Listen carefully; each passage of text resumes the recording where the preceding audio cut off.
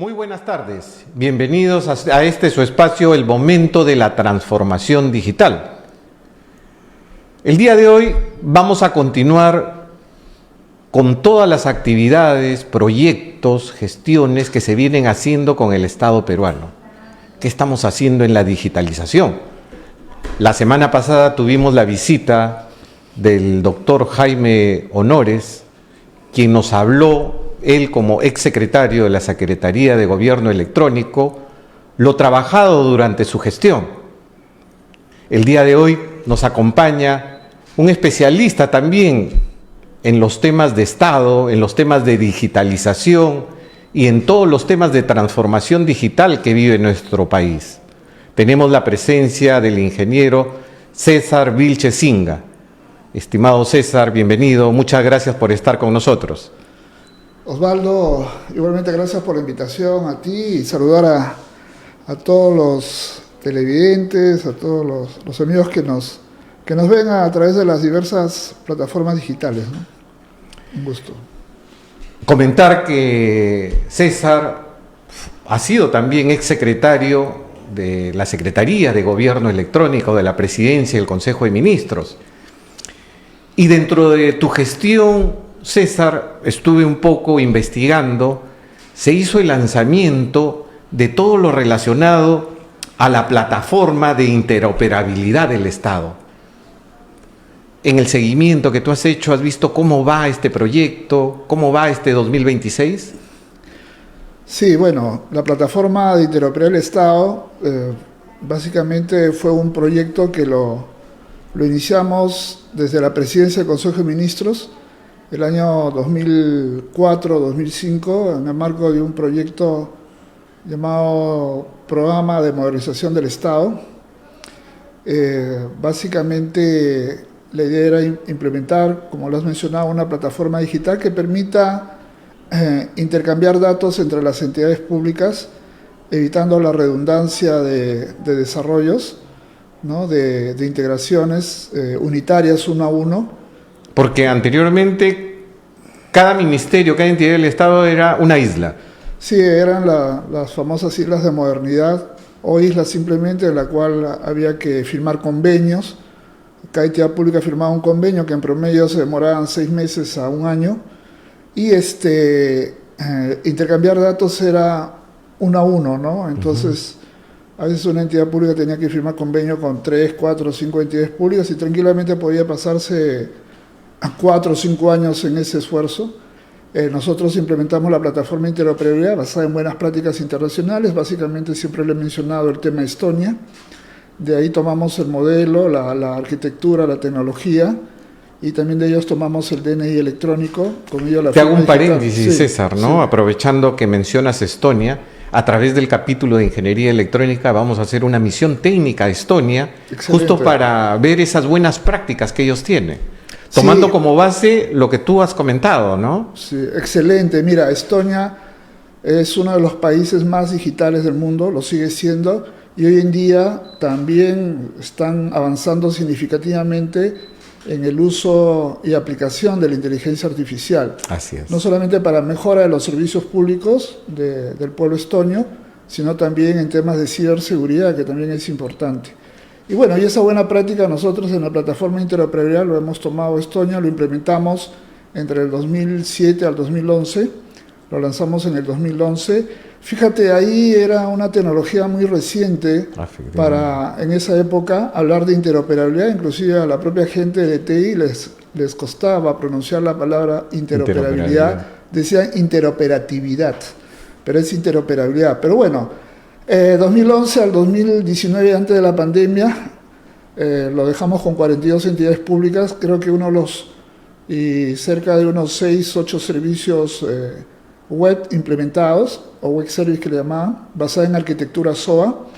Dejamos en marcha un proyecto, la segunda actualización de la plataforma de interoperabilidad basada en microservicios y una capa de blockchain. Y creo que la pandemia ha permitido, siempre lo he manifestado y creo que en otros sectores también, ha permitido acelerar todo el proceso de digitalización, no solamente en el Estado peruano, sino también a nivel país, en el sector privado. Efectivamente.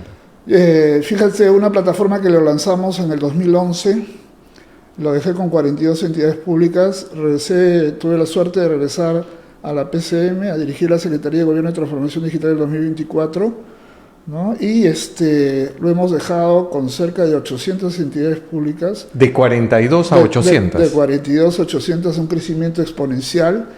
Y el sistema de trámite documentario, que es la herramienta básica para implementar cero papel, antes de la pandemia lo dejamos en 12, 14 entidades públicas.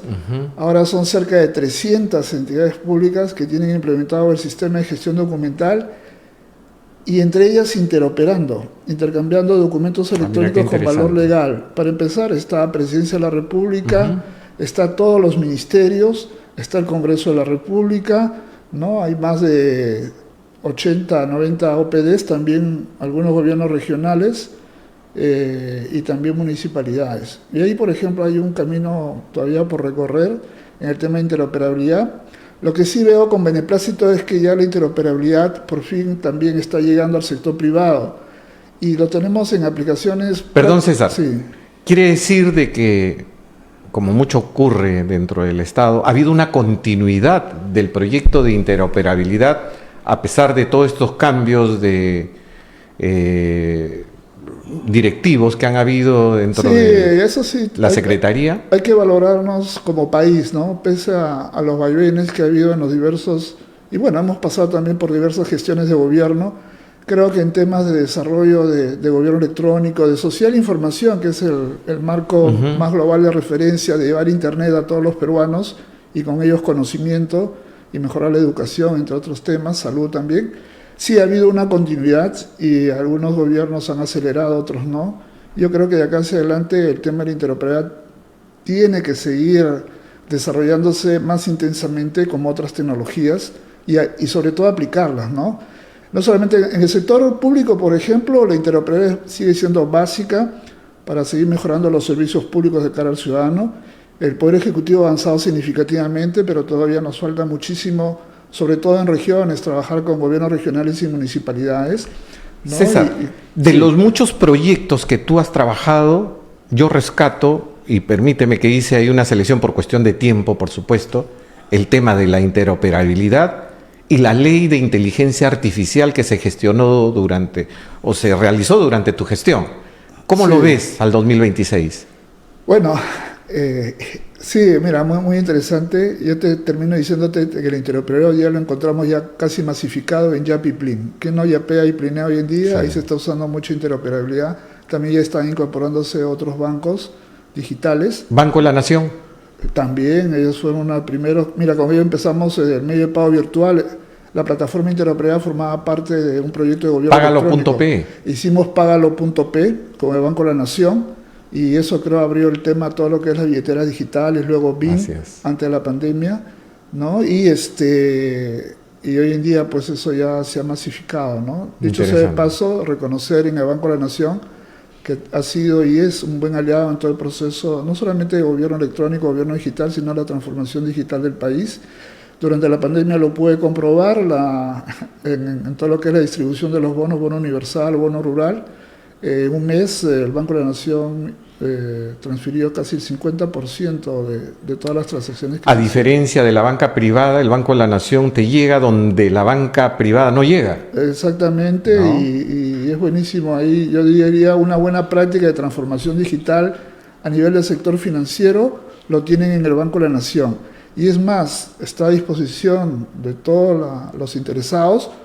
Pueden buscar en Internet, en Google, el plan de gobierno y transformación digital del Banco de la Nación, ¿no? Interesante. Y regresando a tu pregunta de inteligencia artificial, sí ha sido uno de los retos cuando asumí la Secretaría en abril de 2004, elaborar el reglamento de inteligencia artificial de la ley 31814, que fue aprobada por el Congreso de la República, liderado por el congresista José Cueto, ¿no? Nos tocó hacer el reglamento. Bueno, y al inicio, ¿sabes qué? Un tema importante con las tecnologías emergentes, ¿no? Tener claro siempre los conceptos. Yo había un trabajo iniciado de lo que era proyectos de inteligencia artificial, el propio reglamento, y pregunté al equipo, ¿qué es para ustedes inteligencia artificial?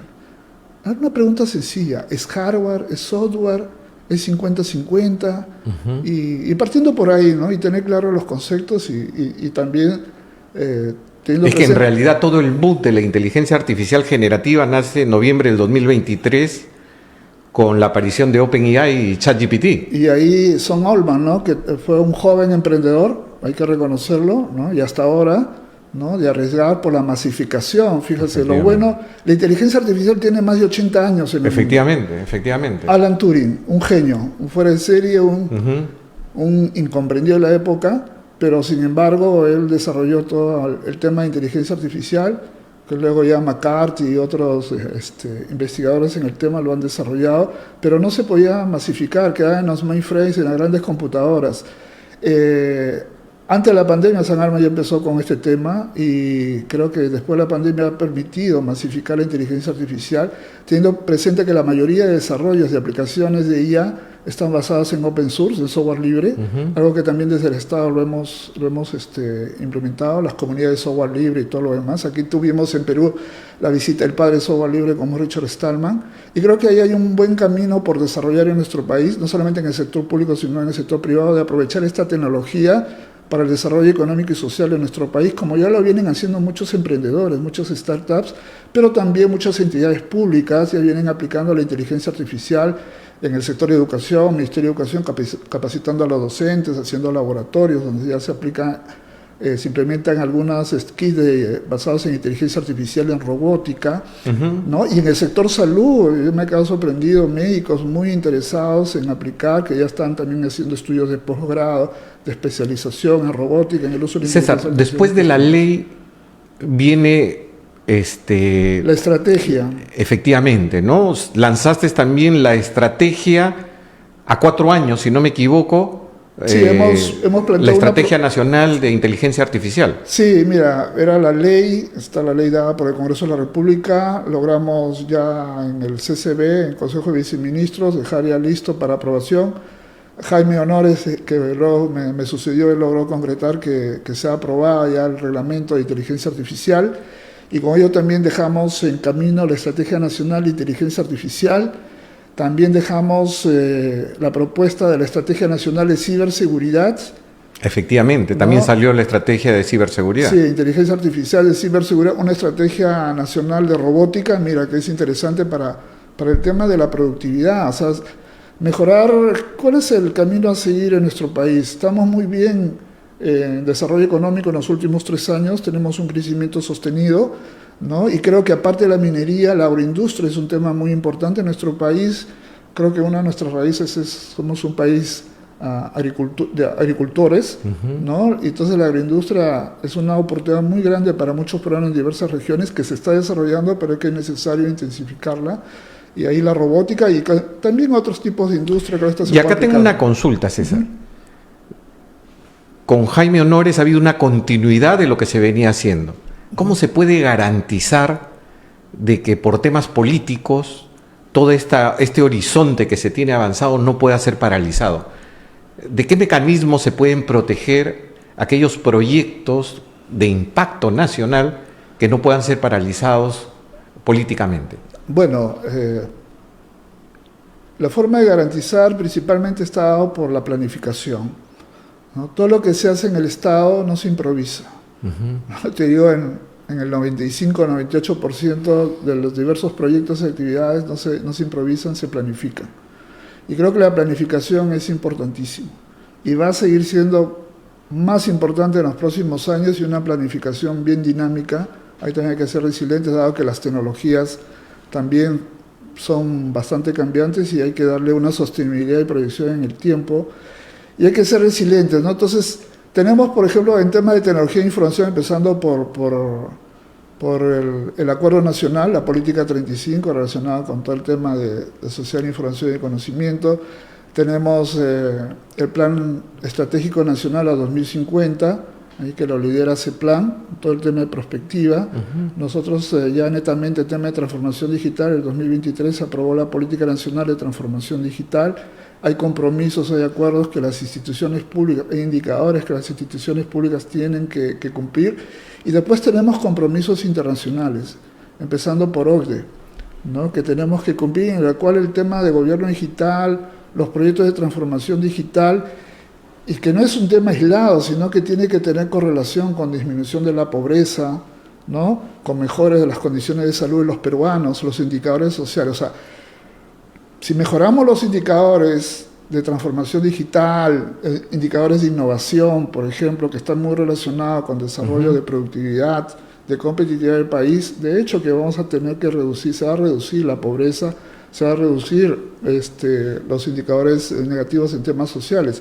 Y con eso vamos a tener pues una población mejor atendida y con mejores oportunidades de desarrollo personal, familiar, ¿no? Social. Esa es una mirada a futuro, con lineamientos, con objetivos, con planificación estratégica, César. Pero vemos, mira, acabamos de cambiar de presidente, hoy día a las 6 creo que vamos a tener un nuevo presidente, sí. Y con ello viene cambio de ministros y las diferentes autoridades de los diferentes ministerios. ¿Qué nos lleva ya que quien estaba actualmente como secretario no pueda ser cambiado o quien venga no tenga una visión técnica como los que han precedido? ¿Cómo tú ves y cuál debería ser el foco del Estado en nuestro entorno, en el sector de las telecomunicaciones, el sector de los que vemos todo el tema de conectividad, la digitalización que vive el país para poder garantizar de que justo estas estrategias se mantengan a lo largo del tiempo? ¿Cuál es tu visión al respecto? Sí, bueno, creo que nuestro país, y en lo personal, estuve cerca de más de 12 años en PCM, he tenido la oportunidad de ver mucho, bueno, hemos visto muchos vaivenes políticos, pero vuelvo a rescatar, en los últimos 15 años ha habido, creo, una sostenibilidad, tal vez en gestiones de gobierno no más rápidos que otros.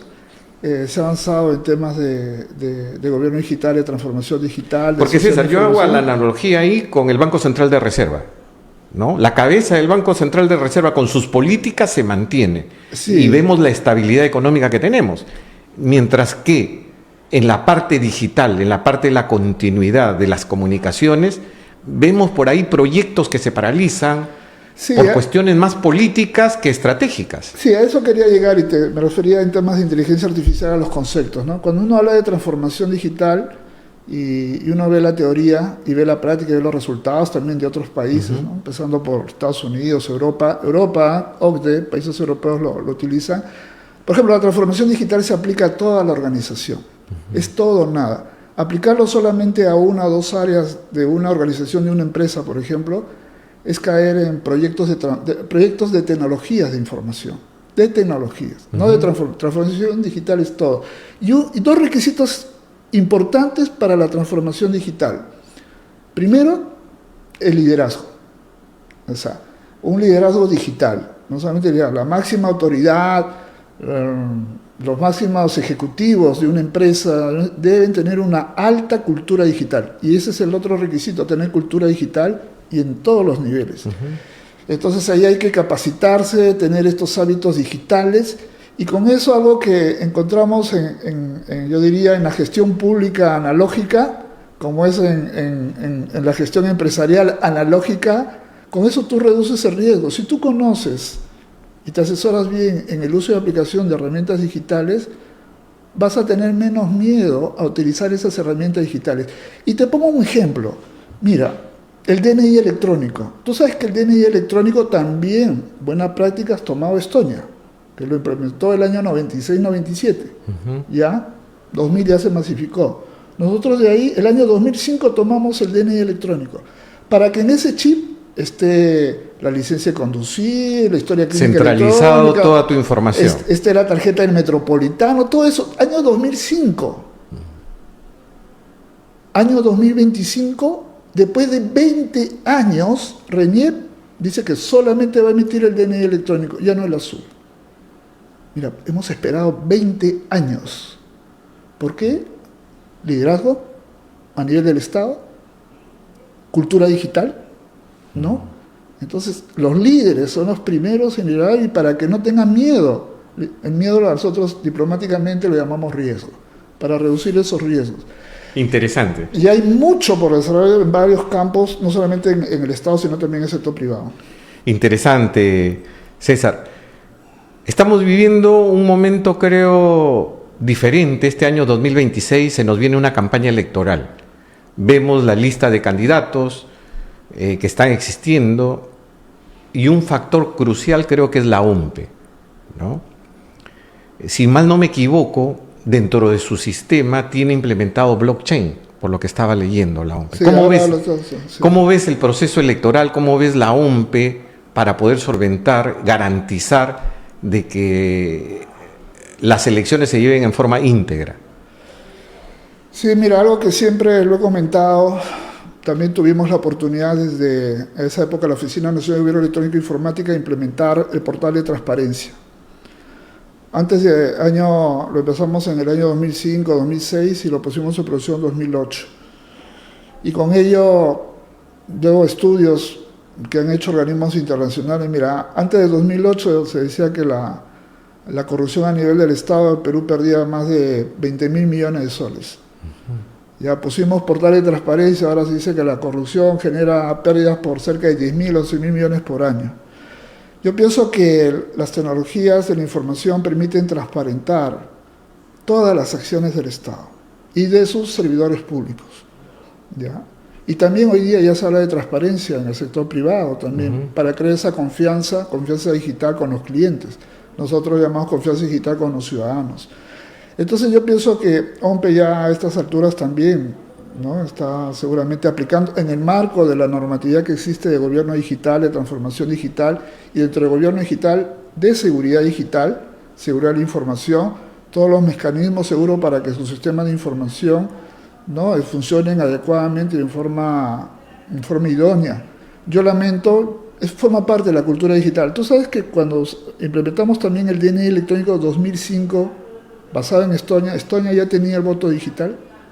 Y acá en Perú le ponemos pero. Yo entiendo, hay mucha desconfianza, ¿no? ¿Por qué? Porque falta una cultura digital, pero no solamente de los líderes, los funcionarios en el Estado, sino de la población en su conjunto. Por eso es importante también el tema de la educación, ¿no? Que todas estas tecnologías ya se conozcan por los niños como hay en otros países en Europa, en China, ahora que está muy de moda, ya que se empieza a enseñar el uso a programar, inclusive a utilizar algunas herramientas de inteligencia artificial, pero claro, está en forma supervisada y controlada, ¿no? Ya que hemos tocado la desconfianza digital, hablemos sobre ciberseguridad. Desde tu visión, nuestras entidades del Estado, ¿estamos preparados? Vemos ataques que hacen a entidades públicas, a nuestra Policía Nacional, a la misma RENIEC, a la Corte Suprema, a entidades de la Corte, en fin. ¿Cuál es tu visión al respecto, César? Sí, mira, el tema de la seguridad, que dicho sea de paso, en el Estado, yo también tuve la suerte de participar en sus inicios. El año 2004 dimos la norma, la ISO. 27001.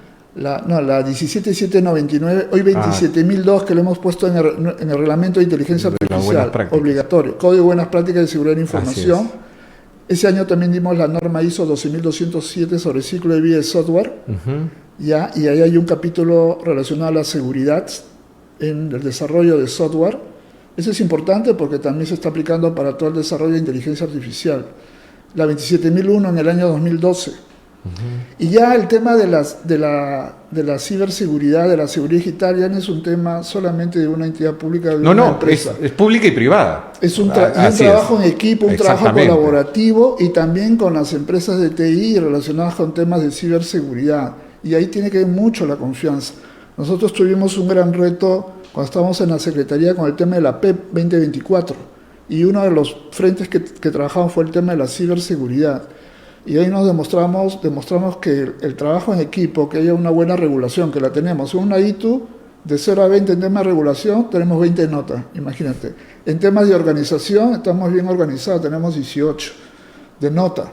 En temas de cooperación, tenemos 16 de nota. O sea, hay buena cooperación.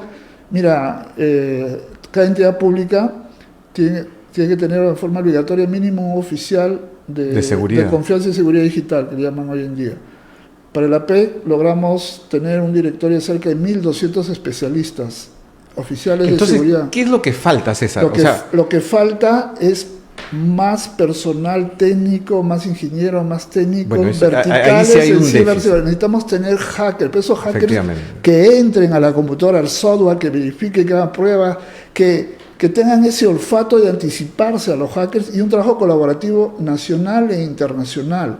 Ahí también con la Policía Nacional, la División de Delitos de Alta Tecnología, hoy Dirección General de Cibercrimen, si más no me equivoco, un trabajo muy fuerte que hicimos con ellos. Y otro tema importante, es un tema de gestión. O sea, no es culpa de las tecnologías, del software, del hardware. Mayormente estos ataques y todo lo demás vienen por gestión. Efectivamente. No, mucho de ingeniería social a la persona. A las personas que hay que capacitarlos permanentemente, pero nuestros técnicos, nuestros ingenieros también. Hacer las actualizaciones, los mantenimientos periódicos, continuos, diarios, o por cada cierto tiempo, cada hora. Por lo que te escucho, estamos normados, tenemos políticas, tenemos visión, tenemos estrategia, falta el especialista, la gestionista. Osvaldo, el tema de ciberseguridad, los hackers, la ciberseguridad no se trabaja en horario de oficina solamente, no se trabaja de 8 a 5 de la tarde. Es las 24 horas del día. De lunes a viernes, de lunes a domingo. Así es. De lunes a yo encontré el 7 por 24. En la Secretaría y en otras entidades públicas que la ciberseguridad trabajaba en horario de oficina. De 8 a 5. De 8 a 5, de 9 a 6. ¿No? Implementamos el turno de 11 a 7 de la mañana.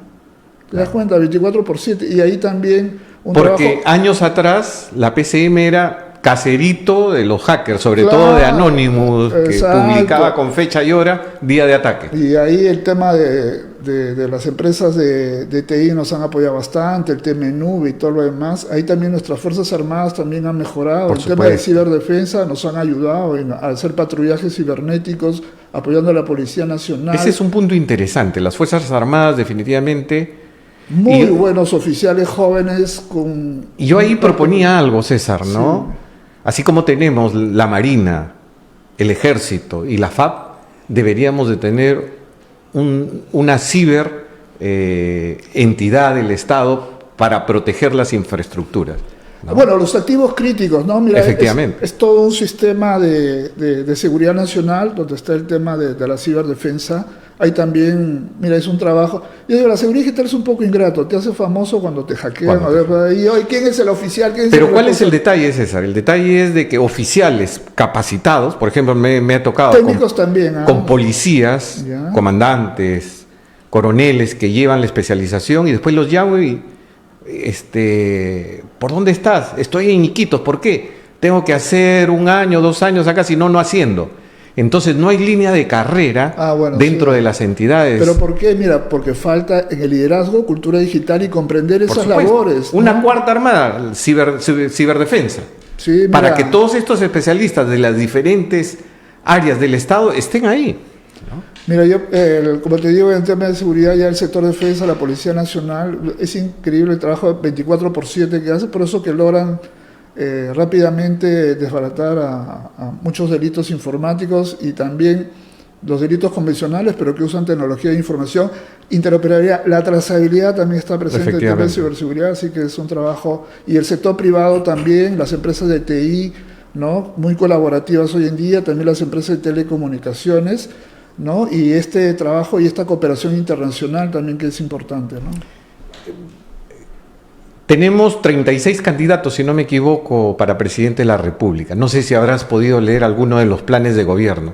¿Cómo ves la agenda digital del país, César? Mira, en líneas generales yo lo veo optimista. He leído mucho de los planes de gobierno y veo que en líneas generales todos están considerando el tema digital, unos tal vez más intensamente y más a nivel de detalle que otros. Claro está también por unos con mayor recorrido también en estos temas en forma práctica, ¿no? Y creo que en líneas generales lo veo con optimismo, que el tema de la transformación digital, el tema de gobierno digital y sobre todo la transformación digital se va a seguir desarrollando, pero no solamente en el Estado. En el Estado al final hay no más de 4.000 entidades públicas, sino principalmente el gran reto que tiene la próxima gestión de gobierno es en el sector privado. 3 millones de empresas, más del 99% micro y pequeñas empresas, startups, ¿ya? Y ahí hay un buen camino por desarrollar, proyectos por desarrollar. empezando por seguir mejorando la innovación. Creo que nosotros empezamos con ese esfuerzo porque en los indicadores internacionales estábamos a mitad de tabla o un poco por debajo en temas de innovación. Ahora se está haciendo ese esfuerzo y espero que eso se llegue pues en el sector privado. Y también pues mejorar la gobernanza, ¿no? La gobernanza de la transformación digital.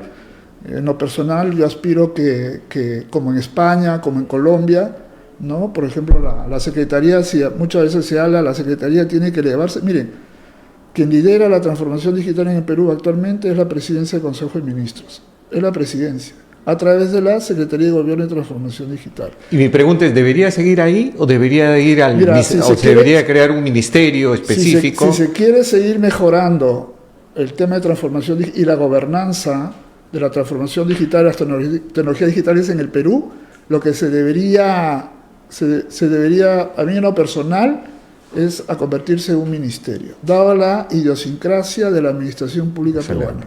Muy buen punto para que tenga independencia, para que pueda ejercer las políticas que acaba de mencionar. Y para que tenga una conversación horizontal en el Consejo de Ministros, con los gobernadores regionales.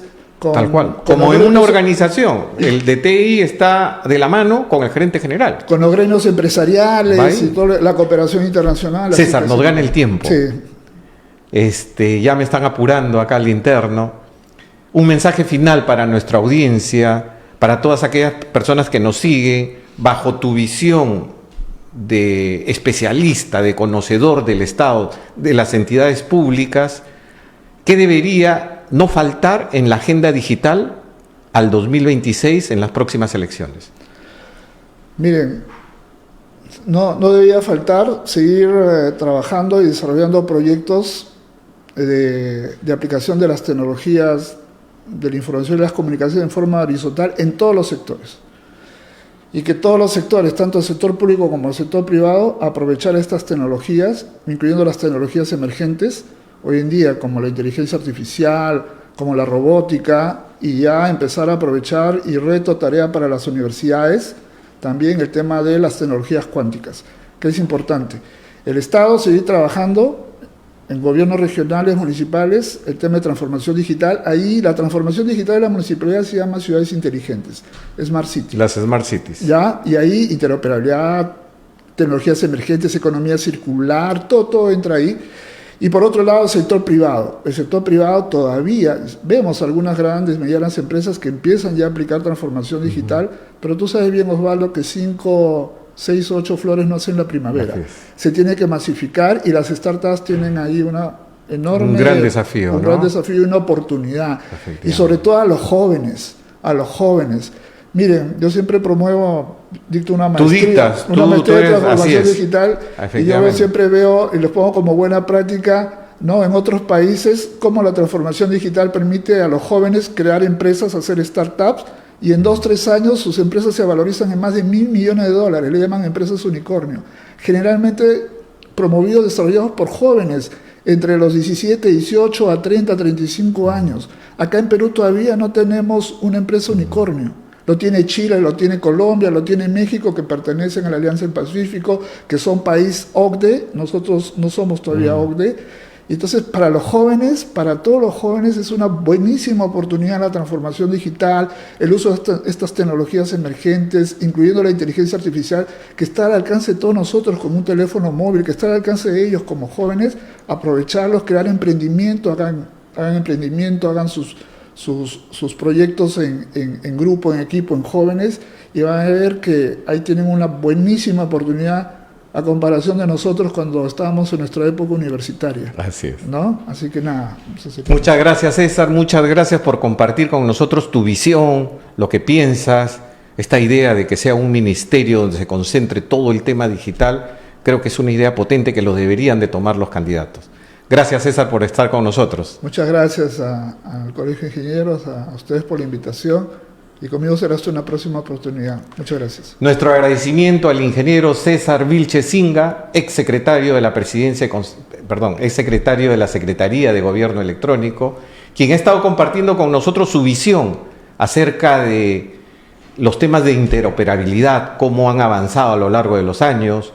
Nos ha hablado sobre la ley de inteligencia artificial, la ley de ciberseguridad, las estrategias nacionales que se han venido llevando al cabo de su gestión y que se continúan a la fecha, y una propuesta muy interesante con respecto a un ministerio específico donde se concentre tecnologías de la información, se concentre el tema de la digitalización, la parte de las telecomunicaciones. Bueno, muchas gracias con todos. Nos estamos viendo la próxima semana en este su espacio, El Momento de la Transformación Digital.